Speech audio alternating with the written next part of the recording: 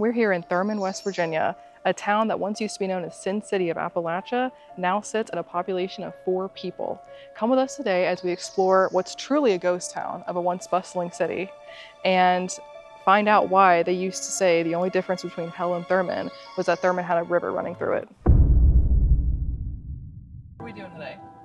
We are on our way to Thurmond, West Virginia.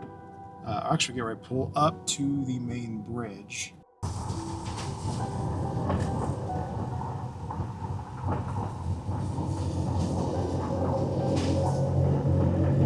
Okay, we are outside the train depot. It's actually the first thing you see when you come into Thurmond. You cross this bridge, which you'll see. We kind of did that in the initial when we first came to Thurmond. You cross this bridge right here, and the first thing you see is the Amtrak Center, which is still being used today. You can still pass through. You can still book train tours. It's still an operating business. And then across here, you'll find the New River Gorge River, which is kind of insane today, but you can do whitewater rafting. That's actually a very popular thing to do here in Appalachia, especially West Virginia, is whitewater rafting. This used to be the bank. Yes, this is the National Bank of Thurmond. Member Federal Reserve System. So Thurmond's economy was strong enough to support 2 banks with hundreds of thousands of dollars changing hands each year between 1910 and 1914. I'm probably gonna get owned in the history department. But some really cool history, well, unfortunate history about West Virginia is that a lot of people who were like part of the mining industry had mining towns, and these coal camp towns, like a lot of times it was not necessarily fair because they were paid in company money, which was called script. So a lot of places that had mining towns like Thurmond, you didn't get paid actual cash, you got paid like company credit. So the fact that Thurmond was so much money coming through, what was it, like 4 years? Yeah, over 4 years, there was so much money coming through here, they had to have 2 banks to actually handle real cash. So a little bit more explanation as to what script was or whatever else they had in those mining towns. It basically, the way it was a monopoly to keep people in poverty. That's why Appalachia still till today has extreme bouts of poverty. But the whole point was that when you lived in these coal camps and they paid you with company, basically credit, which is script, the only place you could buy stuff was at the company store. So the company could pay you their money, and the only place you could spend that money was at their company store, which they set the prices.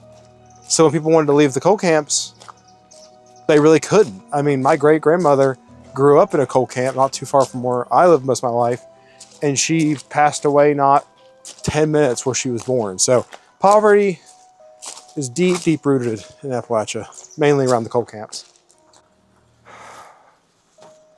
Thurmond Town Hall, look how tiny it is.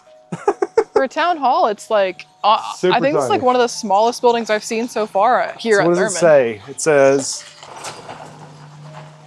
oh wow, they're proposing, I think they're proposing to demolish the building. Really? It says the National Park announces a decision and release of a findings of no significant impact for the proposed demolition of the historic structure environment. This following comprehensive evaluation proposal demolish structures that are deteriorated are a financial burden to maintain in a manner that provides public safety are not considered necessary to achieve the park's mission. You can kind of see in here. Yeah, it's more sinking on this side. When I picked the window a minute ago, it looked like you can see the upstairs window, so I don't think there's a floor in here anymore. You don't think like a floor? Maybe No, I don't think there's a floor in there anymore. I don't think anybody could. There's a window up there. So Yeah, you it see kind the of looks window? like. Oh, ground's not stable. There's a window up there. I don't know if they can see in that, but this is like, it's like beautiful because like the greenery, but like, I don't know, it's cool, it's beautiful, but it's also eerie at the same time, just seeing everything just overgrown, like over the house and everything. Really cool thing that, well, cool, but Yeah. how local towns were built in Appalachia is that a lot of times, like in cities, houses would follow the roads. Mm-hmm. But here, everything revolved around the railroad track. So typically, a lot of mining towns, a lot of buildings and stuff you see in the rural communities in West Virginia, Yeah. you'll find mining houses like this that are built up the mountain because That makes sense. the bottom of the little valley area was the railroad tracks. So we read a sign like down there at the town hall posted. I'm sure it's on other buildings as well, but I guess there's talk that the National Park Service is going to now be demolishing certain buildings in Thurmond. I don't know if that means all, it's just that they are no longer going to be basically keeping these buildings here. So I can imagine they're not going to demolish every single one, but there are probably some that I like this one, for example, if that's like, that porch is falling off. it doesn't look like it's owned by anybody. So I can imagine them demolishing places like this, you know, buildings like this that are sitting here just kind of vacant. There's nobody maintaining it. There's nothing that's really overgrowth. Keeping it from, I mean, and honestly, these structures are probably at the point where I'm sure they could just fall over in a really bad storm. I was telling Gage that I actually ran a half marathon through here, maybe like a year and a half ago. And we ran all the way up this path and around. And to clarify how far we just walked up, it's like, but he was asking if people live up here. And I was like, well, yeah, because when we were running the, you know, half marathon, I passed by some of these houses and there were people like waving at us. And I made the joke that, well, maybe that was actually just a ghost. Maybe, but yeah, I think the population here, it's like 4. It is 4. 4 people live here still.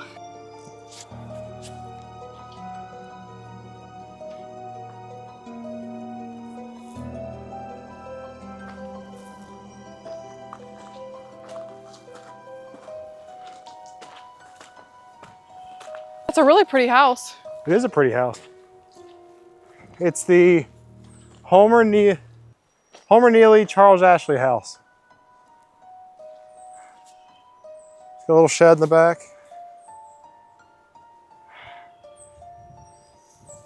Yeah, all these houses have names on them, which I think is pretty cool. But we came across this house. I was like, oh, that's open. And actually what this is it's an old coal chute. So if you're from Appalachia, you know that we run on coal here. So in the winter, they would bring coal and put it down here in this chute to keep their house warm, because they'd warm it up, right? Yeah, they'd bring it in, they'd deliver it.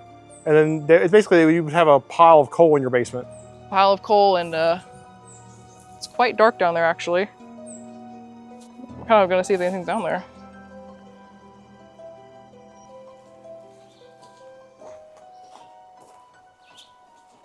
Ah, spiderweb.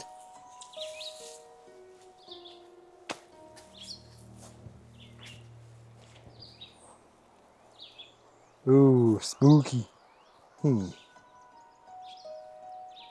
Not sure.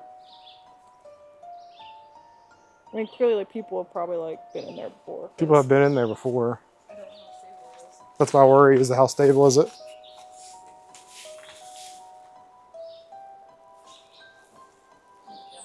I would not trust the floor. Easy.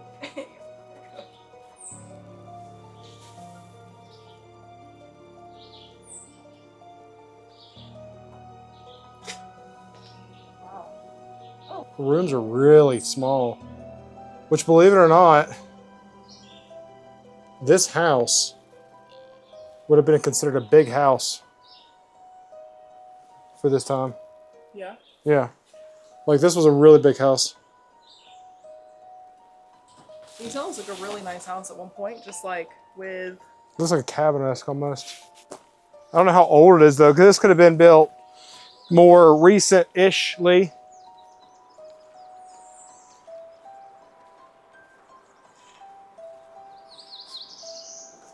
It's got a metal roof, so it wasn't leaking inside.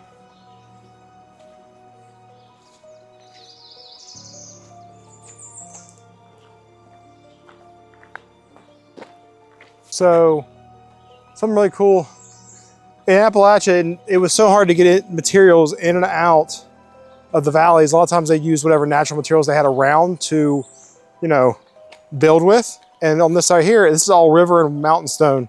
They would haul up and put on the walls. I think this is actually from the mountain side, but on down closer to the riverfront, you'll find a lot of houses and a lot of structures that would use like river stone from the actual river. Just because, what was the point of actually hauling it in when they could just use the natural things around them? Here's another house. finding lots of these houses that are along just like the mountainside that are completely abandoned, completely dilapidated. And I want to say a lot of them you would miss if you didn't look close enough because they kind of blend in with the nature. Yeah, at this point. we walked right past one, didn't even see it. Yeah. And it's like, what's wild about it is like there's absolutely no yard at all. It's just straight verticality. We were saying our battery's dying really quickly. Yeah. Don't think they, I mean. Because it was at 70 something earlier. Spirits can drain it pretty quickly. Our battery's just been dying really quickly, so we found a replacement battery. But yeah, it was at like full charge, and now it's at like 30%. We've only been here for what, like 30 Maybe minutes? 30 minutes. Usually it doesn't die this quickly. So we're actually up on top of the mountain now, over top of Thurmond. We're getting ready to come back down in a minute. But we were just down there on the main street a little while ago, and that's like the coal storage chute. So what that is they used to load the coal up into that, and then the train would drive underneath it and then deposit the coal into the trailers so they could pull out. So we're actually taller than that. So I'm sure Emma will put a piece of closer to, but that's like what? 16 stories probably? No, maybe not. I don't know, what? At least five, 6 stories. I mean, it's huge. I would say, I'd say it's several stories high. We're above that right now. We're above that, yeah. So this is like desolate too. There's like nothing up through here, except like one person who lives up here. One of the four.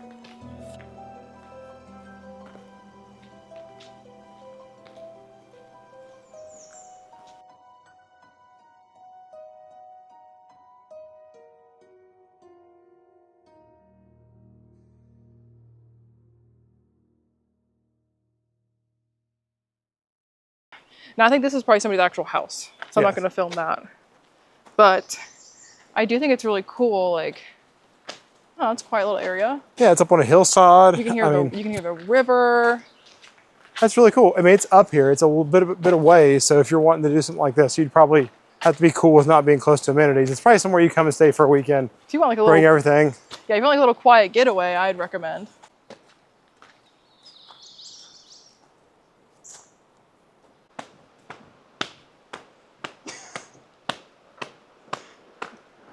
Sandals today on a wet day. Like a duck walking down the hillside. It sounds like something larger than a duck. Like a wet head, or like a wet-footed Bigfoot or something. Like a wet-footed Bigfoot.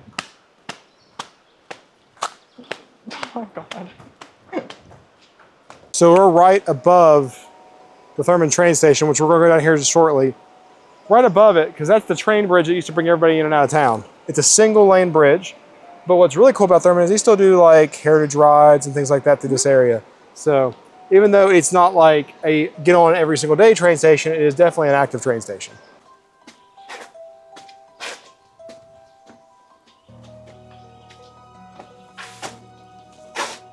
I don't know about that. Whoa. Nope, it is slippery. Whoa. Nope. Oh, That's here, cool honey. though. Step up there. Oh, On some bricks. All right, and go. Nice. Let me see here. Ah. Not sure what this building used to be. I think it was the store. The store? You can see like there's like a light. Look at the ceiling. The ceiling's pretty cool. Can't see too much. Were you able to see that? I was able to see a little bit. The camera, I don't know what could pick up on, but I could see like Give a little yourself bit of a- the store. It started in 1873. 1873 when it started, Captain Thurmond acquired 73 acres along the river. C&O tracks completed through the gorge. Last steam locomotive operated in 1958. So basically the town's downfall looks like it started in bank failed. 1931. Yeah. And then the Lafayette Hotel burned in 1963. Which I believe is a big building in the center. Yeah. That little timeline we were looking at was like right over here. And if you look at it, down here in that gap was where I guess the hotel burned down. What was the name of it? Hotel Lafayette. Hotel Lafayette, formerly known as the Thurmond Hotel. All right, come with me and let me school you a little bit. So This is a coal tower, or like a coal loading tower. It was built in 1922, so that's why the little picture we were looking at in the little museum window, it doesn't show it here yet. But what it was is that when they would mine the coal, they'd have to get it into the train car somehow. So they'd load them in these giant towers. And then what would happen is that a train would pull up onto these rails. Underneath it, they'd open a chute. It could drop up to 500 tons, I believe, of coal into the train cars, and they'd pull out. What they would do is, if you look way down there, there's like a silver box, and they would change the rail or the tracks to allow the trains to come off the track onto a separate track, come into here, they'd load them, then push them back out onto the train track. So it could probably take a whole day, load a whole train. Oh my gosh. Okay.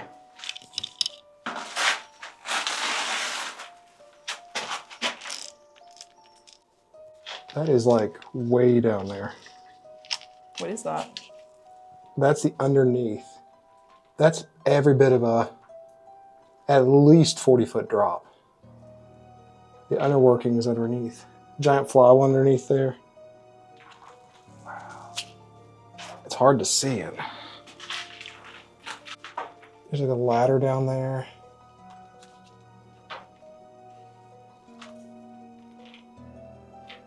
All the inner workings underneath this thing. There's a giant flywheel down there. And then there's like a ladder right here. There's a massive drop down there. But this would have been a motor. I'd assume this is ways that they would like move the actual coal. Be careful. Oh my God. Smells like pee in here. I don't like that. That can't be a good sign. It's pretty wild, isn't it? That's insane, yeah. It's like a 40-foot drop. Ooh. Whew. What do you think about that? I think it was really cool. I was waiting for someone to like pop their head up, like. It's like something you see in a horror film. It is something like you were almost waiting for like someone to like look up at you, or like you're looking for eyes. I don't know. I was looking for something to happen, but. I don't know if it's going to show up on camera. No, but I would believe this is one of the turbines that I would assume would help churn the coal to kind of, because it's rock, so it's square, so it would help probably, I would say, rotate the coal, allow it to move into the actual trays. People definitely pee in here, just so you know. Oh, it's like probably. Just so you know, there's a smell in there where you just know people use this as a public restroom. So I would say be careful if you go. Do not go down there. Don't go down there, but be careful if you want to explore that area. I couldn't tell you what this was for. The little. But if you want some really cool pictures. It's a cool like photo spot if you're like an urban explorer. Or like if you enjoy like, you know, creepy buildings or abandoned buildings, this is a good place to like take some pictures at. Okay, we're at one of those track switches. So down there, that little silver box is where it would start. If you see, it goes from two tracks to single track, and then it divides back out to 2 tracks. So this would have been where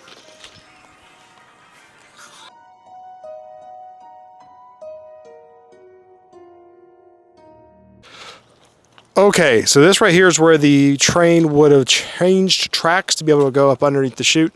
So if you look way down there, you see 2 tracks, single track, back out to 2 tracks. That means that it would have came off at somewhere in this location and would have kind of veered off to the right, went up underneath the tower for the coal to be able to drop into the train cars.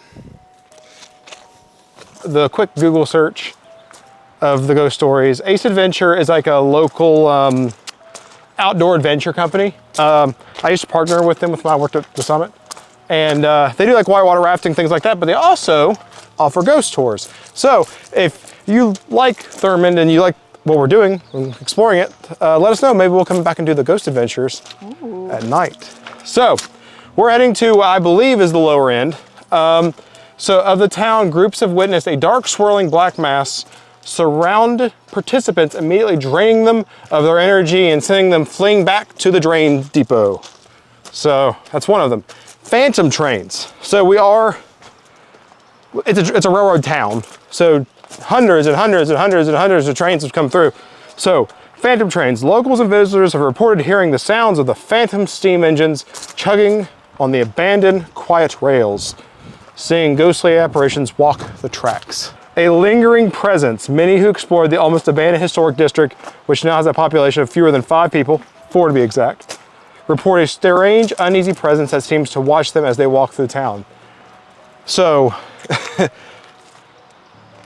believe it or not, I felt that. It feels weird out here. But I think what's so ominous about it is if you look at all the buildings, a common thing they do is they've got these downward shutters in every window. Every house, even up on the hillside, has these downward facing shutters.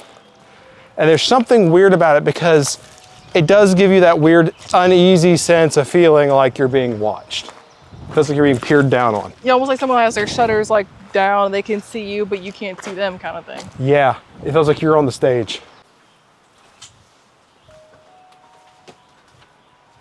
Well, that's creepy. That's as high as it goes. Okay.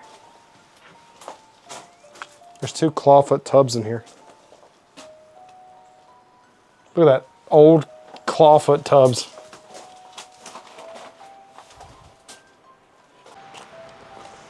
Fatty Lipscomb house. That's something you'd see out of like a horror film. It's called the Fatty Lipscomb house? Yeah. Okay. I mean, you can tell it was a really pretty house at one point. It's a really big house. It's huge. It's like the biggest house we've seen so far. I feel like whoever lived here had to have had money. Oh, especially back then. All right, so this is the Fatty Lipscomb house. And while there's not much history when it comes to ghosts or haunted, speculations of the house, it was once used as a boarding house, I believe. And I think at one point served, was it a hotel?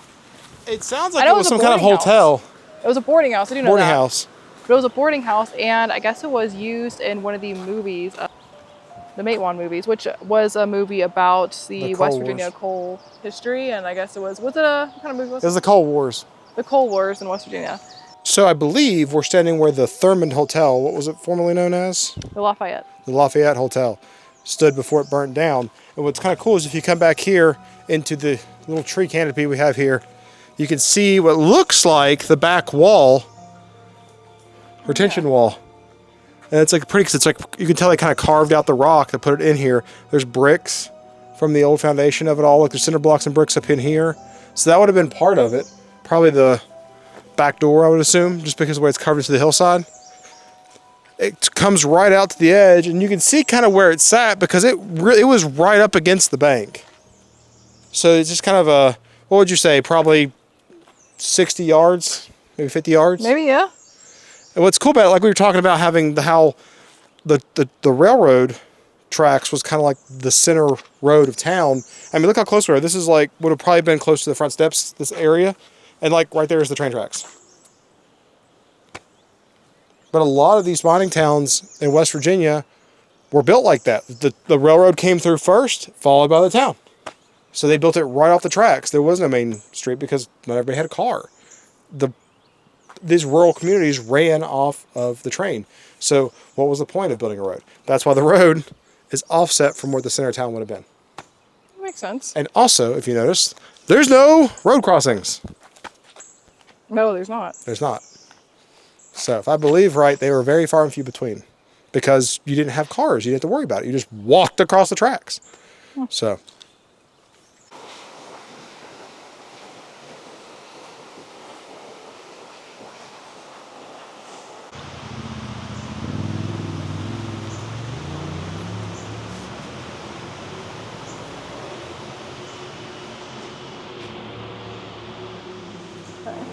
This is where there used to be baggage check. Everything used to come through here. Extra baggage, even coffins. They put that in there. Even coffins were charged by weight. So if you... Wow. So you could either be paying a pretty penny for a coffin, potentially. No. Where's the door? I don't. Well, there are people who came from upstairs.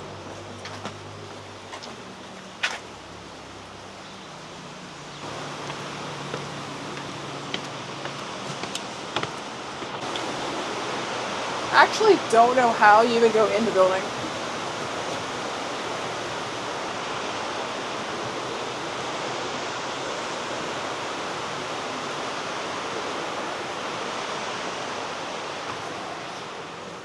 I got scared for a second because I didn't know you could walk in. Hold on a minute. Okay. I didn't know you could walk in here. After walking past the window, I just see like a head in here and it kind of freaked me out. But I realized there's just a bunch of like cutouts. Oh, there's little speakers. That's cool. Thurmond was a hard-working town. So telegraph. That's that dot dot dash dot dash dot dot dash dot Yeah, dash. pretty much, pretty much. It's kind of a cool area, like angle too, because you have like. This is where all the depot information and traffic coordination was handled. You can kind Like- of see the trucks too. Like this is where orders for like local freight and passenger service were received and given. So mainline and local trains were then signaled, and for a time, like some track switching was done from here too. Really? Yeah. Telegraphers were used up and down the rail line for switching tracks and changing signal. All this was gradually taken over by the dispatcher in Hinton and later by a computer out of Jacksonville, Florida. Not even controlled from here. No. Cool. And this is a building that is haunted, by the way. Oh, is it? Yes, this is the train depot, and then the post office, and a few of the houses down this way are alleged to be haunted. And this is one of them. This is the yard master's office. All the railroad activity in Thurmond area was coordinated from this room, ensuring that the correct trains were on the right tracks going in the proper direction was necessary to get the job done and critical for safety. That's cool.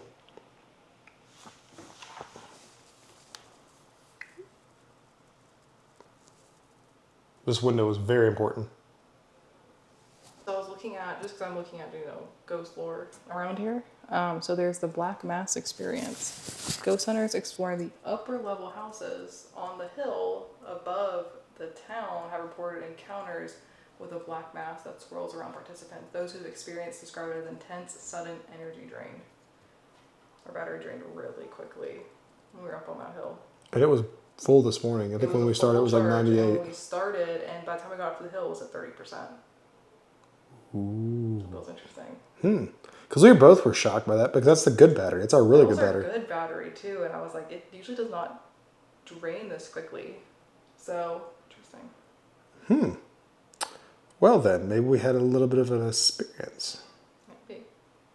So, according to online statements, the second story of the Thurmond train depot is considered the epicenter of the building's paranormal activity, specifically centered around its upper balcony and second floor windows. According to local lore and paranormal research teams like Ace Adventure, a psychic medium identified that a person was historically thrown to their death from a second-story balcony here. Since then, investigators tracking this claim have reported physical manipulation. On multiple occasions, investigators and park visitors have witnessed small physical items being inexplicably thrown or pushed off the second-story balcony edge.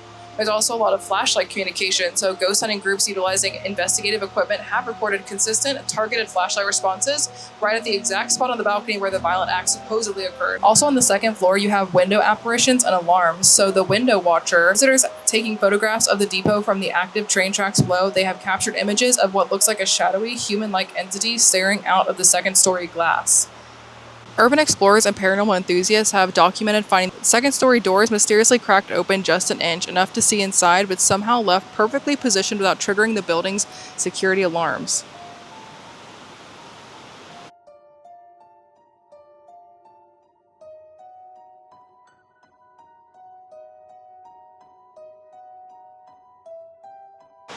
So we got suckered into something. I'm a big history buff. We love collecting things. What? We love collecting things. I wouldn't say suckered. I feel like we've been talking about getting a passport book for a while now. Yeah, it's cool because like, so if you go to national parks, you can get stamps and stuff from where you go. They have like a collector's edition book where you can like kind of collect where you've been, national parks wise. So that's really cool. So it was like $35. It was like $35, but you can, I mean, it's every single national park in this country. And there's places for stamps, so where's our stamp at? The very back. The very back of the book, I think, right? The back of the blue section. Gotcha. River Gorge, we're at Thurmond's. That's one of the visitor centers. Then we went and stamped it for today. May 25th, 2026. I like to have the date too, so like you know like what day you went. Yeah, it's kind of cool. That's fun. That was So, cool. now we get to Awesome. collect this when we go places.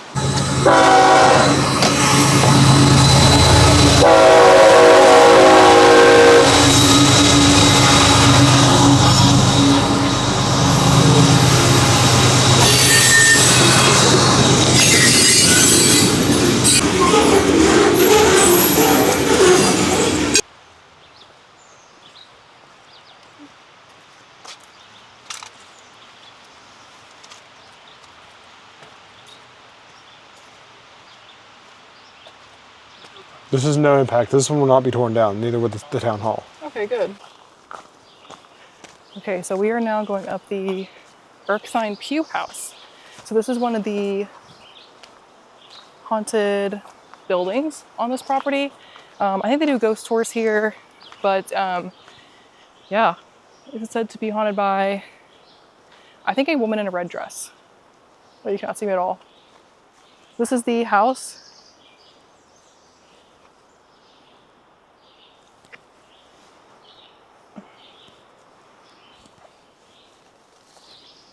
It's a beautiful home. You can tell like a lot of history has happened here. We're directly behind like the main strip of Thurmond. That little angled ramp we were at before, we're behind there now. It's really wild. It's pretty, but it's like very overgrown now. So we were talking, was it the railroad house manager? It's the rail master's house. The rail master's house. It's the railway master's house, yeah. The railway master's house, we believe, is like right there. We think, yeah. They said it was a red house Well, they directly said it was behind. a red building, but I don't know. That looks kind of... From this angle, there's down here, it's red, but it looks like it's maybe dilapidated. Pretty cool, though. But we do know, because we have not confirmed that's the railway master's house, but we have confirmed that is the Erskine Pugh's house. Okay, so we're currently outside the Erskine Pugh house. This is one of the most paranormally active houses in Thurmond. According to paranormal investigators, a psychic medium they brought on board as well. When they were doing an investigation, they were walking down here, and a psychic medium they had with them was saying she was seeing a woman who was in the second story window staring down at her, and she was wearing a red dress. And so that night, the psychic medium had a dream where the woman in red came to visit her, and she was very upset that they were on her property. And so the psychic medium then urged the Ace River ghost hunters, or the people who do the tour guides, to not be on the property. And so there are a lot of people who do capture photo and video evidence of people looking at they can see people like in the second story window looking at them. They do have a lot of that happens, a lot of noises that happen around the house. So this is a very, I guess it's a hot spot for paranormal activity. I will say besides that, it is a really beautiful home. This is one that I guess when they built it, you said it was out from a Sears catalog. Yeah, like it was like a made-to-order home, kind of like what you consider like a modular home nowadays. Yeah, so I mean, besides the ghosts and the paranormal activity, this house is gorgeous. I don't think it's for sale, though. I don't think it's for sale, but I do think it's a really pretty house, and I can see how back in the day it would have been like a really, really nice home to live in. We had to stop and film this. This is on the side of the road, driving out of New River Gorge National Park. How gorgeous is that? There's my explorer husband down there. He's definitely the risk taker in the marriage. You can definitely tell that. We are wrapping up here today at Thurmond, West Virginia. If you guys enjoyed this video, feel free to follow along for more journeys, as we're going to be going to many different locations here in the near future. Locations coming up include Trans-Allegheny. We're going to go to Waverly Hills Sanatorium, and we're also going to explore Shawnee Lake. Bark, yep. Shawnee Lake Abandoned Park. So those are things that are coming up in the near future. So if you enjoyed this, follow along for more. Like, subscribe, and share. And we will catch you on our next journey.